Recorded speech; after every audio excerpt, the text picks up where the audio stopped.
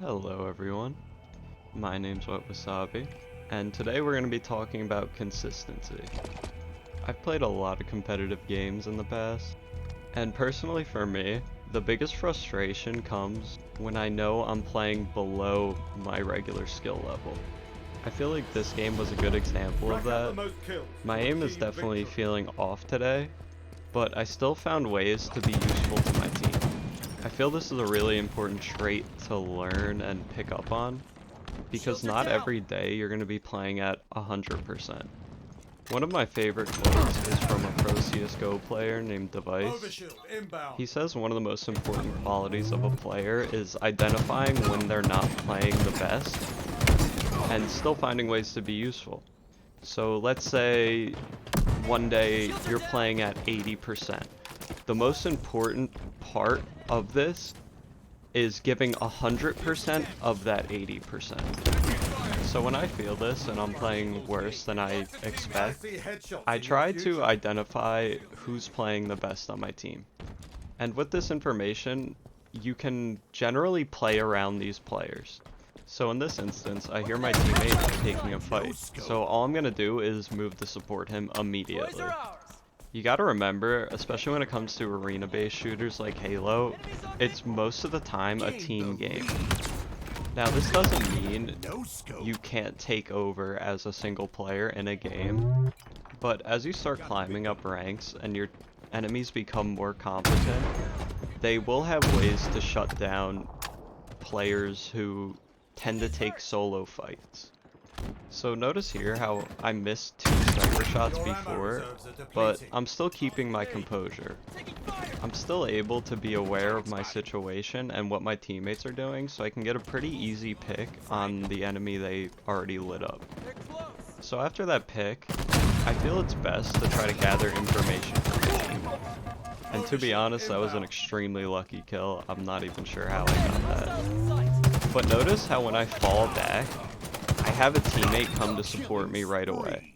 I'm not in a pre-made or anything. All the games I play in ranked are solo queue. But I'm able to keep the support of the teammates because I'm playing around them. My original thought here was to try and flank and contest the zone where overshield spawns, but I decide against it and try to help my team pop it. Unfortunately, this results in me dying, but it got a lot of information for my team at the same time. So another big thing that I like to preach is isolating your fights. So after we get the kill here, I do a little repulsor jump up to here. However, there are 2 enemies. So notice how I use that box as kind of a cover to isolate my fight 2v1 against my opponent. In this situation, I definitely could have positioned myself better, but at the same time, I'm trading my life for the information of where 2 players are. Another big thing to take advantage of when you're not playing your best is grenades. So here I throw 2 mid, and I'm getting ready to push lower mid, but I hear my opponent take damage. This gives me information that there is still a player there, so I wait long enough for teammates to come help me and take this fight. Even though it doesn't result in any kills, it gives us a lot of information and we get to regroup as a team. Now with this death coming up here in a second, I had thought my teammate would come up to fight with me, but that brings up another important point, that your teammates are different individuals. They are not always thinking the same that you are. This is generally perceived as a bad thing, but you gotta remember, everyone, including myself, is not perfect at the game. If we were all great at the game and perfect, we'd all be on pro teams, right? So here the overshield respawn is coming up. I unfortunately die to a flank, but at the same time, that gives my team information that there is a flank. Since I know a player's down and I know they're trying to focus on flanks, I'm gonna try to run my own flank here. This flank not only results in a kill for me, but I also get to waste the opponent's overshield, which is absolutely huge.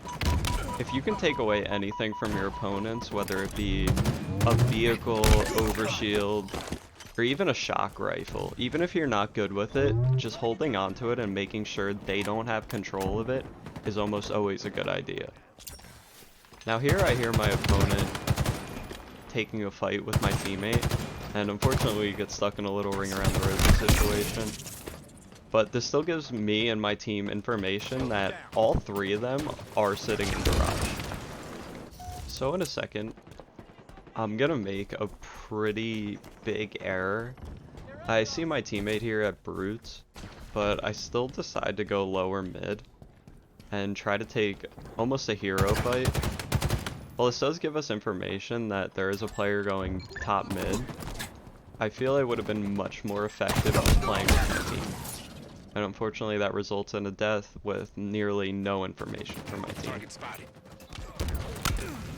I'll free spawn here. I'm going to spawn next to garage. And I see my teammate gets a kill on my opponent right there. So he had a heat wave, right? So I want to take that away from them. Even though there's not much ammo left in it, 7 bullets and a heat wave are more than enough to eliminate 2 players or even more. Another thing I want to talk about is ping. So when you have a teammate that's pinging or calling out, you want to take full advantage of this. So since I knew there was opponents in that area, I went to help my teammate as soon as possible. Since I have the heat wave, it's a pretty powerful weapon, so I decided I could probably make a strong push by tower.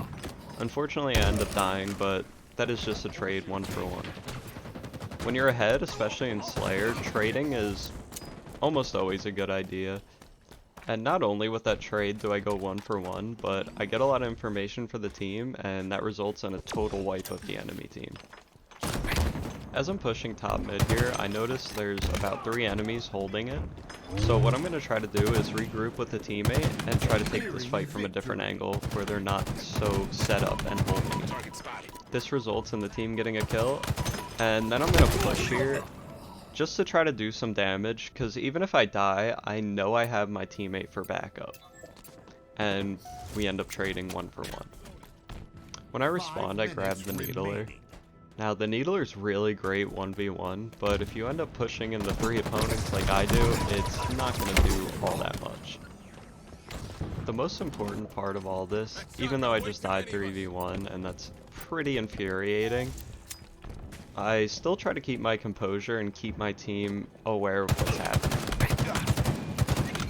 My teammate opts to hold this top mid area, which I think is a great idea. You're controlling the power weapon spawn and the overshield spawn, which is just a great thing to do. So notice I was completely unaware of my opponent pushing from mid there, but since I knew I had a teammate nearby, I could stay confident, take cover, and let him finish the job. The biggest takeaway I want you to make from this video is that even though I wasn't hitting every shot possible and I was taking some pretty stupid fights, it still ended up in a pretty insane win for my team. I think we end up winning by like 10 kills. Even though I wasn't the best player in the lobby by any means, I was still being useful through the whole game. Other than that, just some general advice: try to use pings when you can. If you're comfortable with voice calming, take full advantage of that, and just try to stay confident. It's very easy to get aggravated in this Halo. There's a lot of new mechanics, especially to me, someone coming from Halo 3. But as long as you're aware and you focus on improving, this will always reflect in your rank. Thank you for watching, and good luck everybody.